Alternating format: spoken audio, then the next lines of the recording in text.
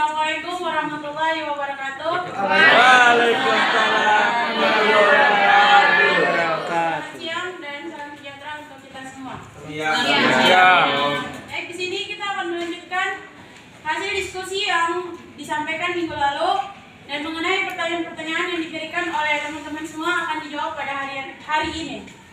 Selanjutnya saya berikan kepada kelompok 1 untuk membaca pertanyaan sekaligus menjawab pertanyaan dari teman-teman semua. Saya persilakan.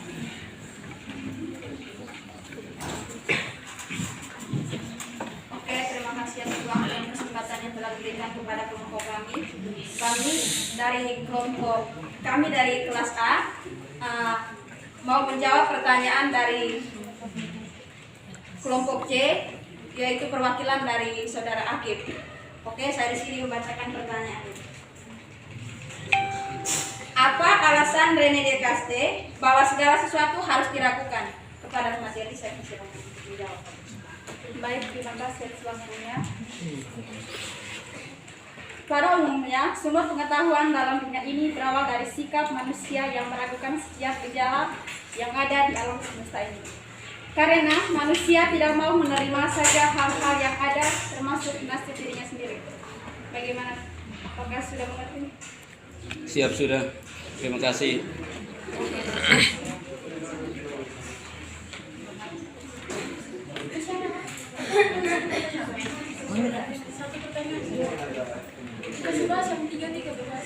Sudah jawab. Baik, terima kasih banyak kepada kelompok 1 yang telah menjawab pertanyaan dari perwakilan kelas. Selanjutnya saya berikan kesempatan kepada kelompok 2 untuk membaca pertanyaan sekaligus menjawab pertanyaan yang telah diberikan. Saya persilakan.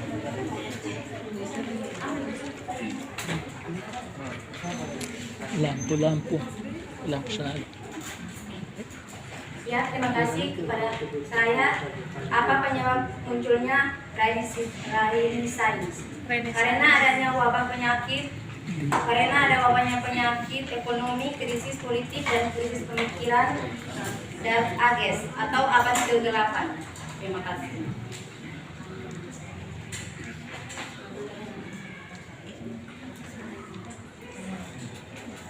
Yang punya pertanyaan kemarin, bukan lo? Pada tahun berapa? Dari Robinson. Sudah.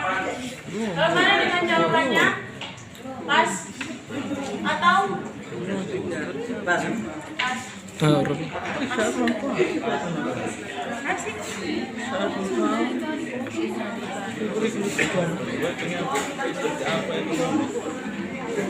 Untuk yang teman-teman mohon diam relax, soalnya kita waktu juga jadi diam kok cepat selesai. Ya, pertanyaan yang kedua, mengapa filsafat dikatakan sebagai ilmu?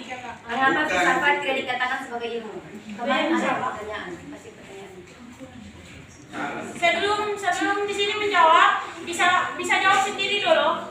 Soalnya yang kami tahu, soalnya yang bisa kami bertanya. Yang kemarin. Tidak, maksudnya kita tanya balik dulu. Soalnya yang kita ketahui ini ilmu, bukan tidak bisa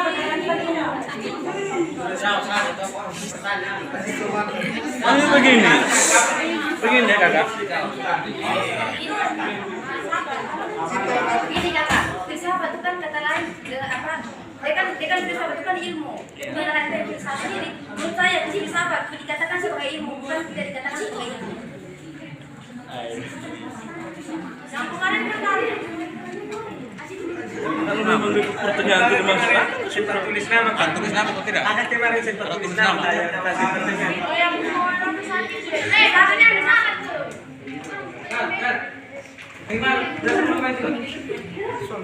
Kapan yang filsafat yang perlu dilakukan?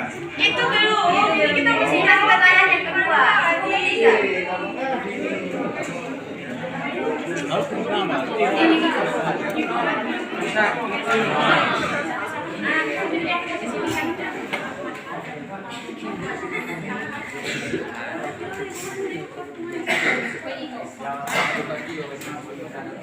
Bingung ini pulang di belakang ini.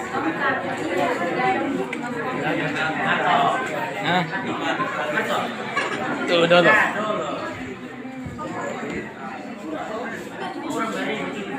Pasang gaya. Begitu, kemarin kan tanya. Apa? Ya bang. Bisa sama bertanya kamu tidak mau? Sudah. Ini kelas A. Ya, yang mau kasih tanggapan atau boleh kami lagi gitu boleh. Maunya begini. Maksudnya begini, yang kemarin bertanya tuh kalau bisa duduk di depan supaya kalau kurang puas dengan jawaban bisa langsung respon. Oke, siap, Nona. Begini. Yang pertanyaan kedua, mengapa filsafat yang tidak membawa dikatakan materi sebagai itu filsafat coba. pertarungan? Jauh ini jawab saja. Yang mengulang sudah dijawab, jadi kita tanya lagi dulu pertanyaan kelas, jangan sampai dia punya Ada masukan? gitu. Coba siapa?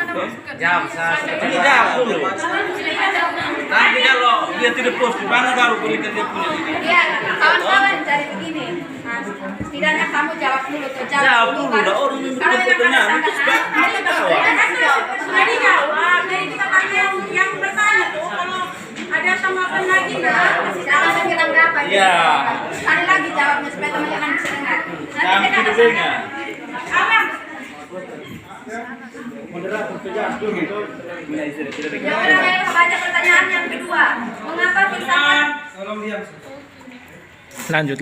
Lanjut. Mengapa filsafat tidak dikatakan sebagai ilmu? Ini pertanyaan, ini kan filsafat kan kata lain sebagai kata lain kan ilmu toh. Jadi yang kasih pertanyaan ini nih, hanya membutuhkan jawaban karena filsafat itu ilmu. Iya deh kak, jelaskan saya. Jelaskan saya. Jangan beda pertanyaan lah. Tambah ada pertanyaan, jawab saja. Lu ya dan punya lo al.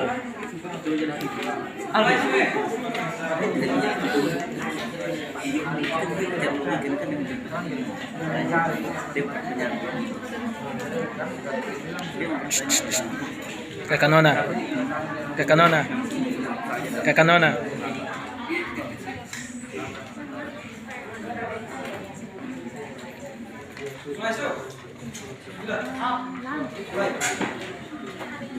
Ya baik, perbedaan sarana filsafat berbeda dengan sarana ilmu pengetahuan. Kedua hal tersebut penting karena setiap ilmu membutuhkan filsafatnya. Ada ilmu hukum, ada pula filsafat hukum. Ada ilmu pendidikan, ada pula filsafat pendidikan. Itu gambar itu. Jadi keduanya saling berkaitan. Bagaimana jika ada yang ingin merespon?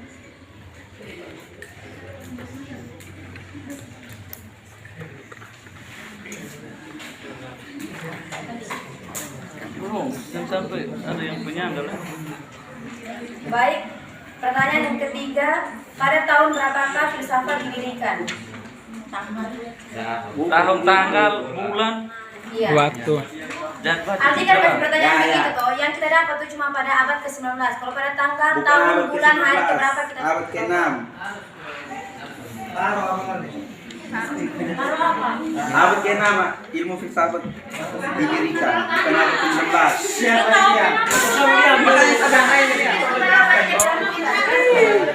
Mau naik.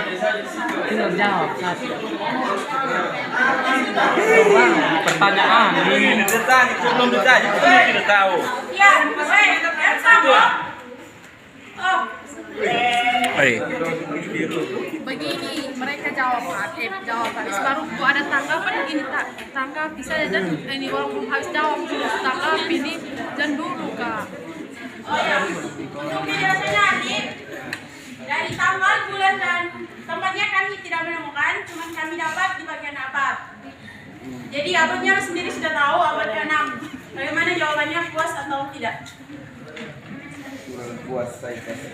Punya singkat sepuas. Merespon. Jawab belum?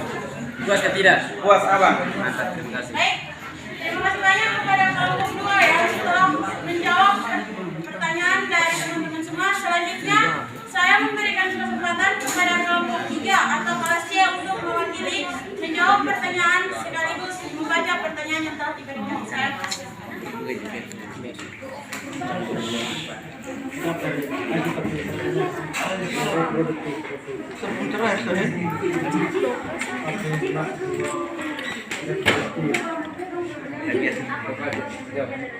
Ya?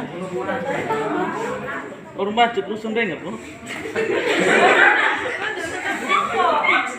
Dia sudah.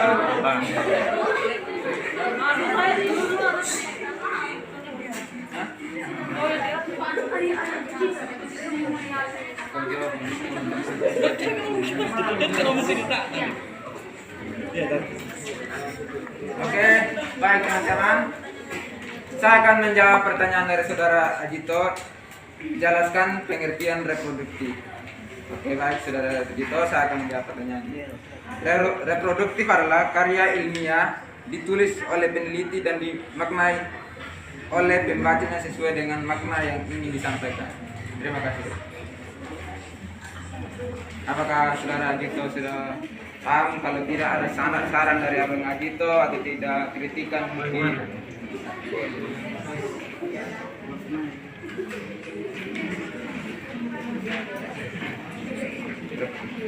Coba dulu. Oke, baik, saya akan membacakan ulang ya. Jelaskan pengertian reproduktif. Reproduktif adalah karya ilmiah yang ditulis oleh peneliti dan dimaknai oleh pembacanya sesuai dengan makna yang ingin disampaikan. Ini coba berikan contoh dalam lingkup kampus. Berikan contoh. Contoh yang dimaknai dalam bentuk kampus. Yang tentang Lingkup kampus. Lingkungan apa? Dan lingkungan di kampus tuh. Ya, baik. Saya mau berikan contoh dari reproduktif. Reproduktif itu adalah sesuatu yang dihasilkan kembali atau menghasilkan kembali. Contohnya seperti kita membaca sebuah buku yang ditulis oleh seorang ahli, lalu kita memberikan makna tertentu terhadap isi buku yang ada. Lalu itu merupakan salah satu hasil dari yang disebutkan tadi, reproduktif, menghasilkan ulang. Terima kasih.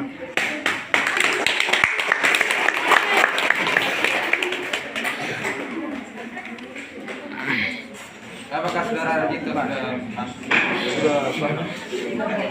Oke, kami akan menjawab pertanyaan dari kelas A lagi tentang matematika dan statistika. Siapa yang bertanya? Oke, baik. Ini materi kedua kan ya.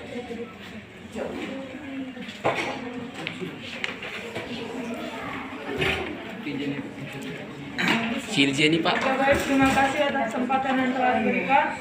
Saya akan menjawab pertanyaan dari kelas A.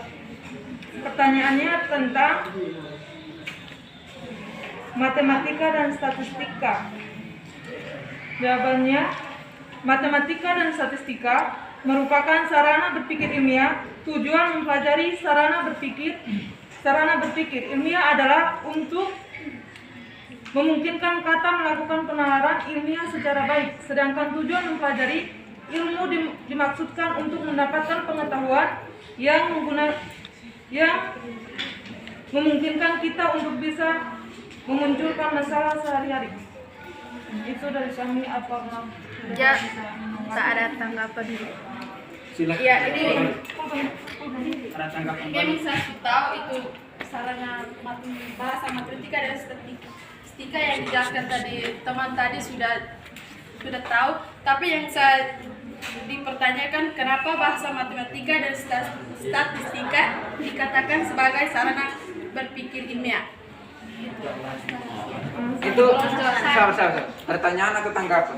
Tanggapan. Oh, berarti yang dia maksudkan itu adalah Alasannya kenapa bahasa matematika dan statistika dikatakan sebagai sarana berpikir ilmiah? iya, sekarang saudara bertanya lagi atau memberikan tanggapan? Itu pertanyaan minggu dia lalu. memperjelas apa. minggu lalu Ya kan tadi memang saya sudah tahu ini apa yang tadi dijelaskan teman tadi menjelaskan itu saya sudah tahu. Tapi satu pertanyaan kan begini, kenapa bahasa matematika dan statistika dikatakan sebagai sarana berpikir ilmiah? Pertanyaannya. Mungkin kalian langsung ini apa matematika dan statistika?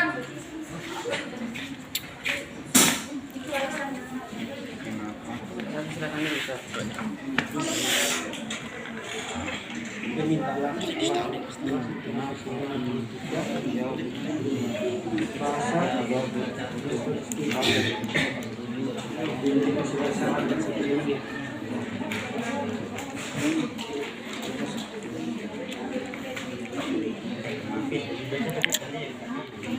Matri Jawab saya semangat. yang lain dulu. Jawab saya yang lain, itu dicari jawaban. Iya, siap. Oke. Bagus lah.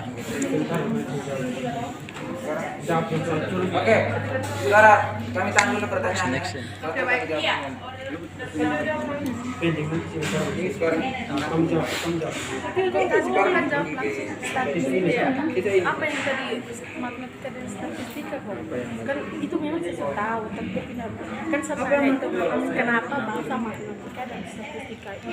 ya, maksud dari bahasa matematika dan statistika melatar belakangi gerakan berpikir ilmiah itu adalah untuk memperjelas atau memberikan penjelasan tentang sesuatu yang dikaji atau diteliti. Contohnya, kita meneliti tentang sesuatu, bahasa lain digunakan untuk menjelaskan tentang apa yang sedang diteliti. Lalu yang berikut, matematika. Matematika, kenapa matematika berperan penting? Karena di situ terdapat misalkan angka-angka yang digunakan. Lalu dengan matematika, dengan angka-angka itu, kita memasukkannya dalam data-data itu sehingga di situ ada penjelasan bahwa contohnya misalkan kita di kampus ada 2.900 orang misalkan atau 3.000 orang. Di situ yang pasti membutuhkan yang namanya penjelasan dengan menggunakan angka tuh. Ya. Jadi itu kita menulisnya dalam bentuk bukan kata-kata lagi tapi melainkan angka atau membuatkan dalam bentuk tabel. Lalu berikut statistika. Statistika itu digunakan untuk menjelaskan tentang misalkan populasi penduduk. Misalkan jumlah populasi penduduk, angka kemiskinan. Kita kan orang sosiologi itu yang pastinya kita akan membuat suatu penilaian atau membuat suatu penelitian tentang masyarakat. Misalnya kita mendata tentang masyarakat yang miskin. Di situ kita ambil beberapa sampel. Misalnya kita ambil 100 sampel misalkan untuk jadikan sebagai contoh. Lalu di situ yang dipakai itu adalah statistika. Jumlah penduduk yang digunakan untuk menjelaskan tentang jumlah angka kemiskinan yang ada dalam suatu wilayah misalkan. Begitu saja. Kira-kira dari kami seperti itu. Ya, terima kasih.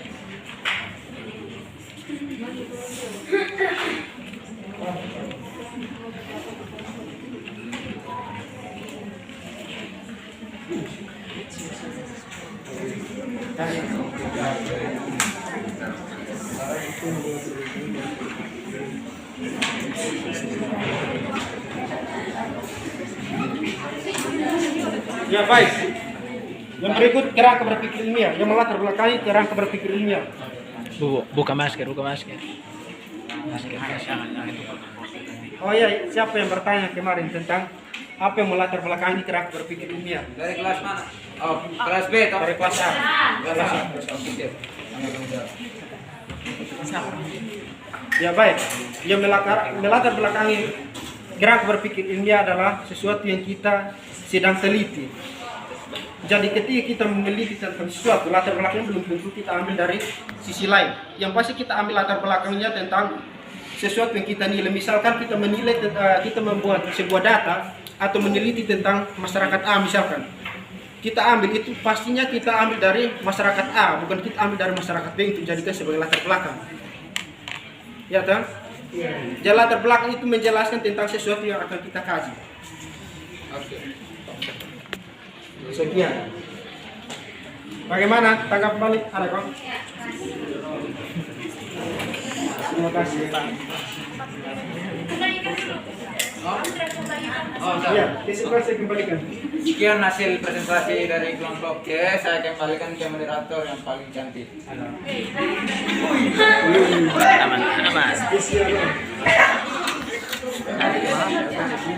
Baik, terima kasih banyak kepada ketiga kelompok yang telah menjawab pertanyaan-pertanyaan dari setiap kelas yang memberikan pertanyaan. Bisa buka forum lagi. Di sini saya akan membuka forum kedua untuk memberikan pertanyaan. Kan kemarin belum, jadi sekarang kalau ada yang masih mempunyai pertanyaan lagi mengenai pembahasan kemarin bisa dipertanyakan sekarang. Saya persilahkan. Oke, siap. Untuk mewakili ya, tiap-tiap kelas. Oke. Ya baik, assalamualaikum warahmatullahi wabarakatuh. Di sini saya akan bertanya kepada kelompok 1. Saya dari kelas B. Ini kan suruh pertanyaan. Nama Amri Ustaz Azali. Di sini saya akan mempertanyakan tentang logika. Apakah ilmu logika itu bertentangan sama ilmu agama? Sekian dari terima kasih.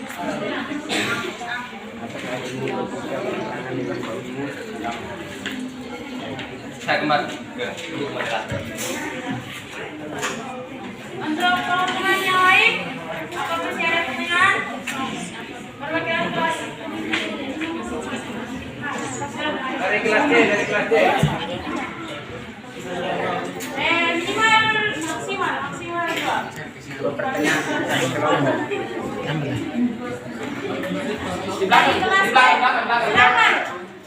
Boleh maju Nona. Jangan lupa sebut nama. Boleh maju. Dari kelas mana? Boleh maju supaya dia Yang dulu. Mina.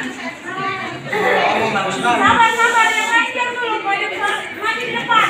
Maju.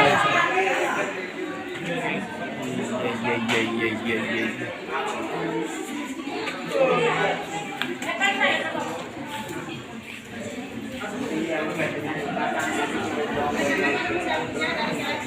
Ingin bertanya kelompok B.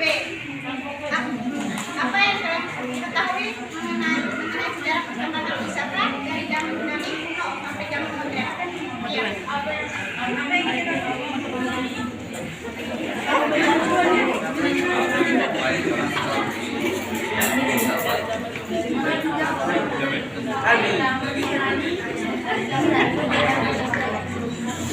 Halo, moderator. Bisa pertanyaan kok? Iya, saya.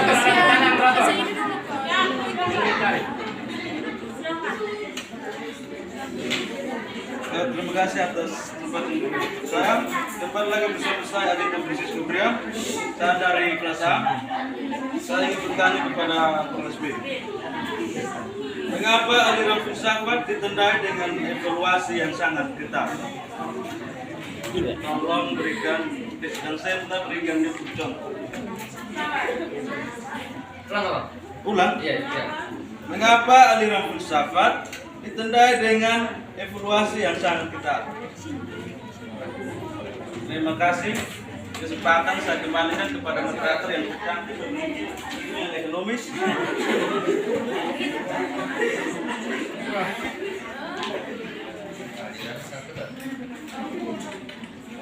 Untuk yang lain.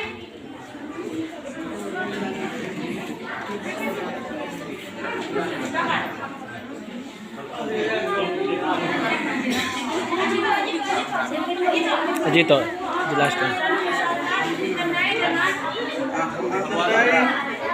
Dengan evaluasi yang sangat ketat. Dengan contoh-contohnya juga. Beserta dengan contohnya. Kamu mengerti contoh lah. Kamu kena berikan contoh. Iya. Beserta dan contohnya. Yang kelompok 1.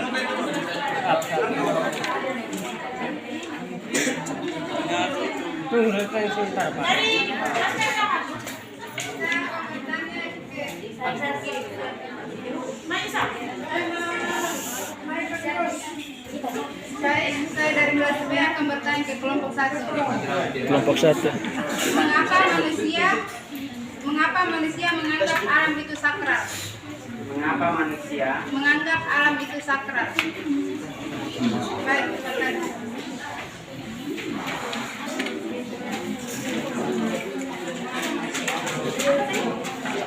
Yang itu sakral.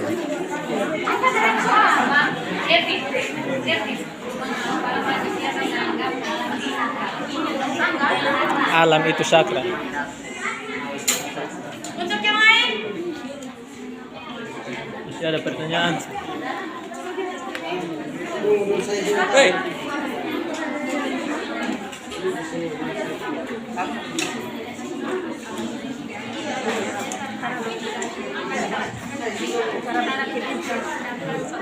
Betul masih ada pertanyaan.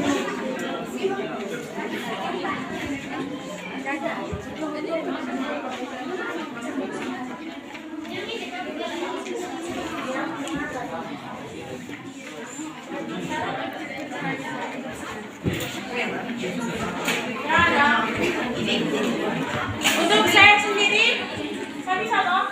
Tidak bisa. Kenapa saya bisa puas? Untuk saya, Tidak bisa. Moderator tidak bisa. Moderator tidak ada hak untuk bertanya. Tidak bisa. Moderator tidak hak untuk bertanya. Kecuali ada persetujuan dari. Ya kakak, ada pertanyaan di belakang. jadi apa salahnya kalau saya ada pertanyaan? Ada pertanyaan.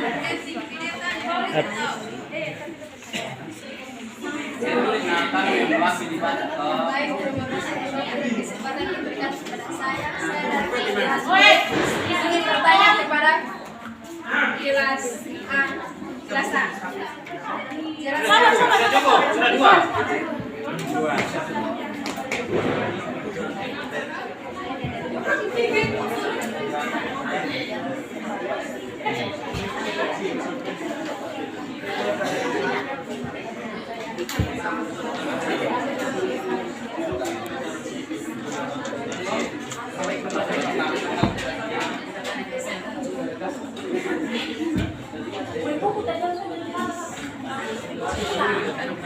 Baik, terima kasih atas waktu dan kesempatan yang diberikan kepada saya. Dari kelas B, bertanya kepada kelas A. Kelas A. Apa itu C? Kelas C. Kelas C di sini kan? Iya. Kelas C. Apa itu eksplisit beserta contohnya? Eksplisit. Ya. Apa yang dimaksud dengan eksplisit? Beserta contohnya. Terima kasih. Untuk kelas C lagi satu pertanyaan. Pas. Bertanya juga. Bertanya kamu. Pas. Dua. Ah, sudah. Pas. Sini di pas kita pas tinggal kamu susah satu. Untuk kelas C, perwakilan dari kelas A dan kelas B.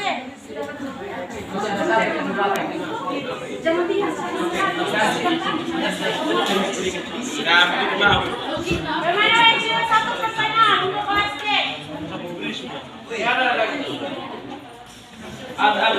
Putra. Perwakilan Ya, dari sure. kelas A dan kelas B atau kelas C sendiri pun tidak apa-apa. Kalau tidak lihat bisa.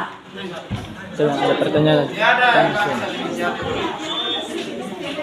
Tentang kapan nyambungnya? Sabar, belum diberikan kesempatan untuk menjawab. Sabar, Kak. Sabar. Bagaimana? Baik, perwakilan.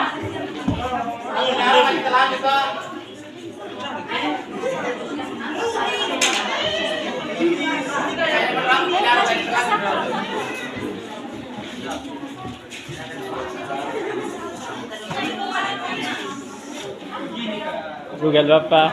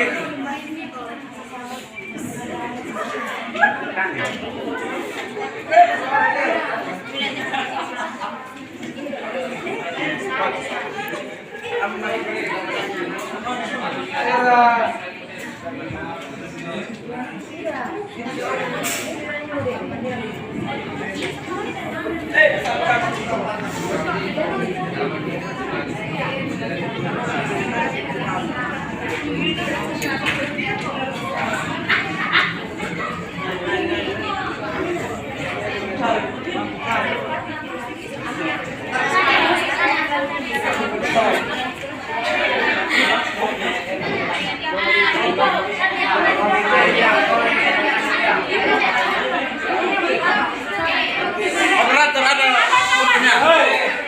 Diam. Yang mau bertanya tolong diam. Ah, bertanya nih. Nanti angkat tangan satu orang. Baik, terima kasih atas waktu. Lihat dulu.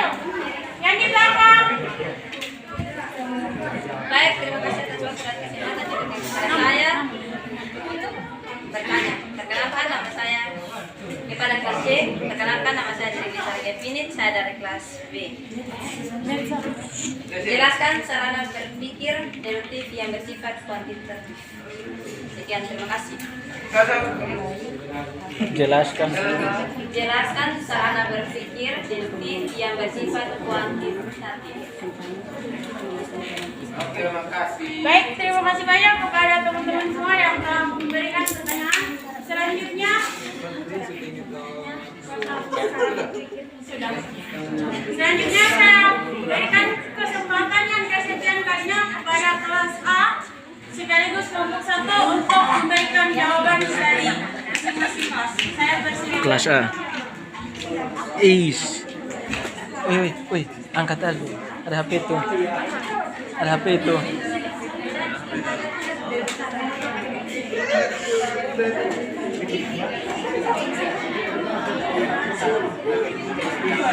Yang lain yang menonton. Bagaimana? Bisa aku? Kalau belum tak larikan deh. Buka masker, buka masker, buka masker. Buka masker. Konfit. Buka masker. Buka masker. Jangan buka konfit itu. Nanti naik ke YouTube lagi.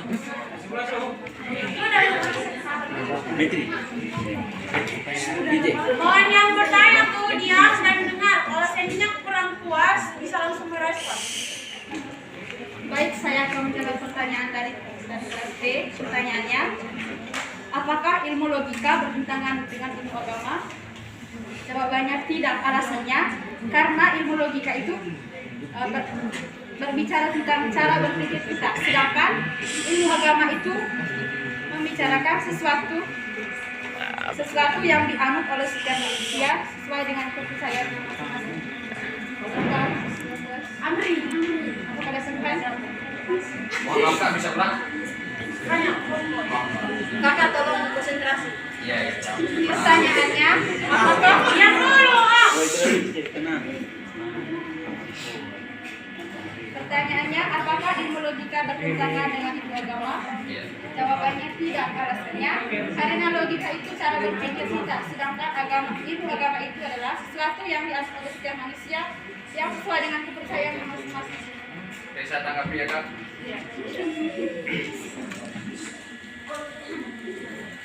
Saya tanggapi, jadi ilmu logika dan ilmu agama itu jawabnya tadi tidak berhubungan. Jadi menurut saya contohnya definisi menurut logika tentang ada. Jadi minta definisikan ada menurut logika. Ada menurut logika. Karena contoh yang kecilnya begini toh kan, kita memahami ilmu agama neraka itu ada, kita meyakini. Tetapi menurut logika sesuatu yang ada itu harus terlihat dan mempunyai wujud. Baik.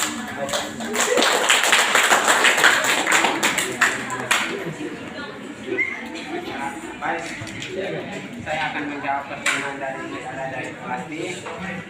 Menurut logika dengan agama berarti tidak sama. Ya. Bagaimana tidak sama? Yaitu berbeda. Agama mengajarkan tentang lain, logika tentang lain.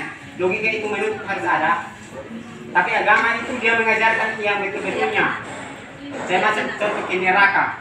Agama telah mengajarkan neraka itu ada. Semua agama pasti, Islam maupun Kristiani, semua neraka itu pasti ada. Tapi logika menjelaskan bahwa harus terlihat dulu. Ya. Baru dong percaya logika itu harus terlihat baru ada. Tapi agama dia tidak terlihat. Kalau mengajarkan berarti kalau Allah bilang ada neraka, berarti Allah sendiri yang tahu. Jadi kita sebagai orang beriman, kalau Allah kita memberitahukan firman bahwa ada neraka, kita sebagai orang beriman pasti kita percaya. Tapi kalau logika dia butuh bukti, berarti itu alasannya logika dengan agama tidak sama.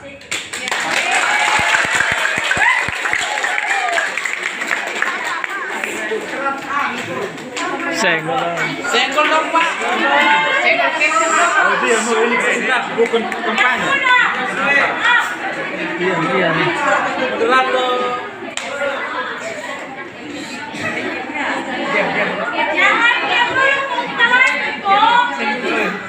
Abah tisu. Batisu.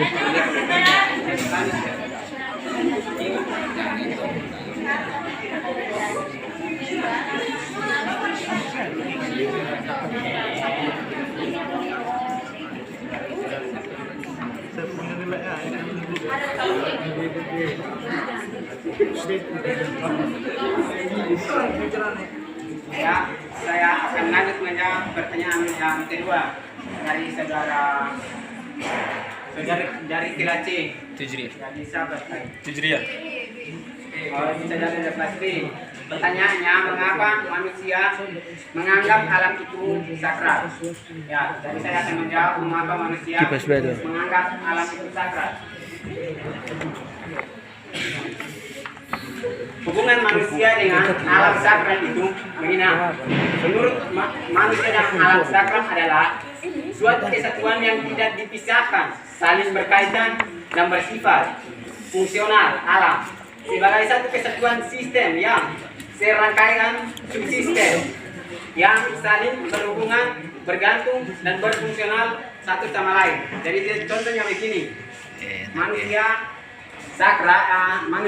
dengan alam sakral itu bisa dipisahkan. Tergantung setiap manusia yang hidup di alam kemana. Dan dia adat istiadat, contohnya bahasa. Ini salah satu contoh yang paling simpel. Di setiap budaya pasti ada bahasanya masing-masing. Di alamnya juga punya bahasa, berarti alam ya. Jadi begini ya. Jadi setiap manusia yang hidup di alamnya berarti dia hanya mengetahui tentangnya di alamnya. Contoh adat istiadat, bahasanya. Kalau ya jadi bisa dipisahkan, semuanya saling bergantungan. Kalau manusia yang hidup di alamnya itu dia bergantungan dari alam itu. Jadi itu jelas setiap apa yang ada di itu alam, manusia harus mengetahui itu. Jadi itu ketergantungannya dari manusia dengan alam bisa dipisahkan. Kalau alamnya jadi alam mana berarti dia tergantung dari alam itu. Bahasanya dari alam, adat istiadat, mulai dari apa saja tergantung dari alam itu. Yang sudah dari nenek moyang mereka sudah meninggalkan apa? Contohnya bahasa, adat istiadat yang dulunya kemana? Itu semua tergantung dari itu. Jadi kalau bertanya menurut manusia dengan alam sakral berarti tidak bisa dipisahkan. Itu bergantungan. So bisa dipisahkan alam dengan manusia, so bisa dipisahkan manusia dengan alam. Bagaimana jawabannya? Terima kasih. Lalu nanti kita akan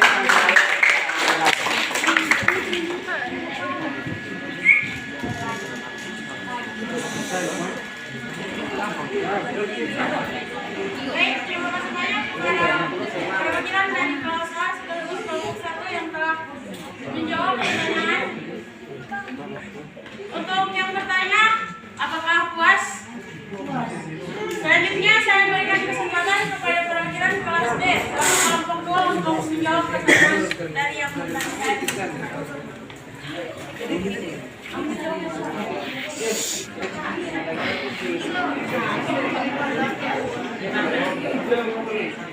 Ya baik, saya akan menjawab pertanyaan. Apa yang kamu ketahui mengenai filsafat pada zaman Yunani kuno sampai sekarang? Yang kami ketahui, filsafat dan ilmu zaman Yunani kuno itu merupakan suatu hal yang tidak bisa terpisahkan. Filsafat modern adalah pembagian dalam sejarah filsafat barat yang menjadi tanda berakhirnya era Skolasticisme. Waktu munculnya filsafat modern adalah abad ke-17 hingga abad ke-20 di Eropa.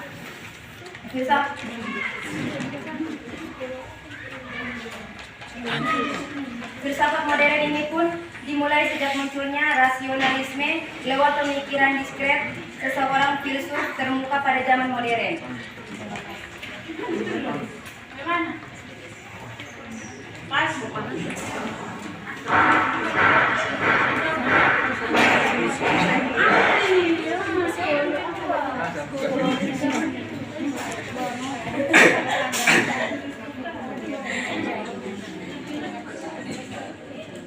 Baik teman-teman, saya akan menjawab pertanyaan kedua dari Abang Ajito. Mengapa aliran filsafat ditandai dengan evaluasi yang sangat ketat? Pas. Ya, itu pertanyaannya. Ya, dan berikan contoh. Oke. Karena ilmu filsafat itu harus mempunyai hasil yang sangat benar. Evaluasinya itu hasil yang sangat bagus.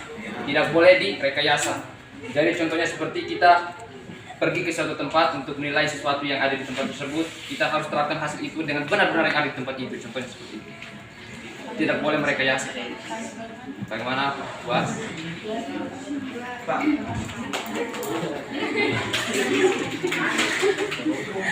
Baik, terima kasih banyak kepada perwakilan dari kelas B.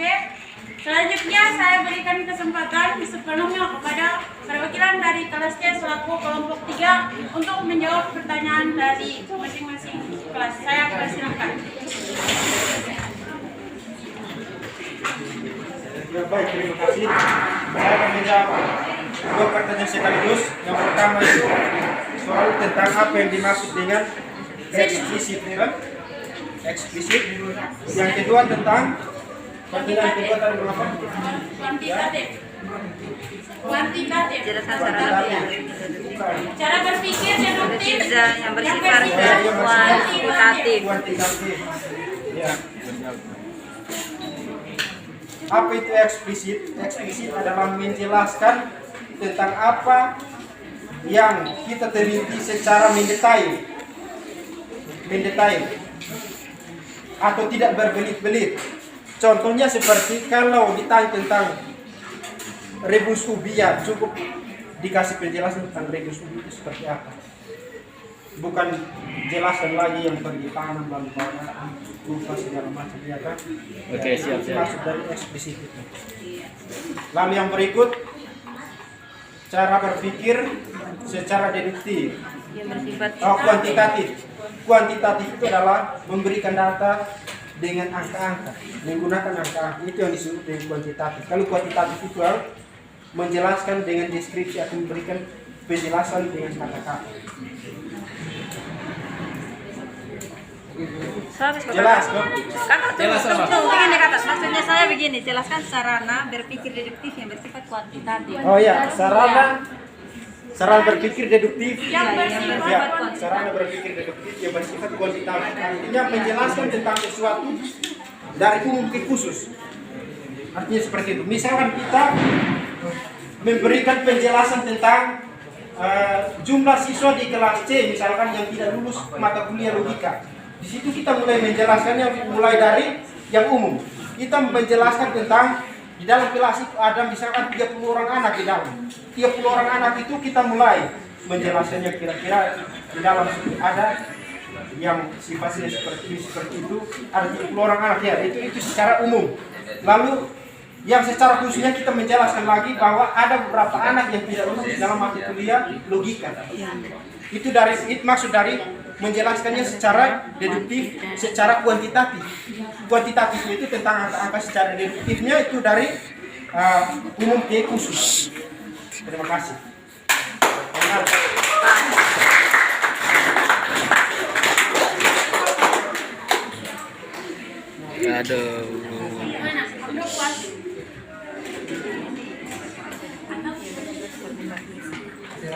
Baik, terima kasih banyak kepada perwakilan dari kelas C sekaligus kelompok 3.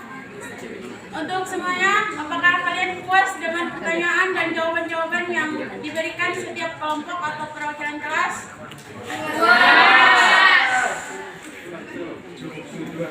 Dari pembukaan forum kedua, selanjutnya mari kita tutup rapat diskusi kita pada sore hari ini. Orangnya saya moderator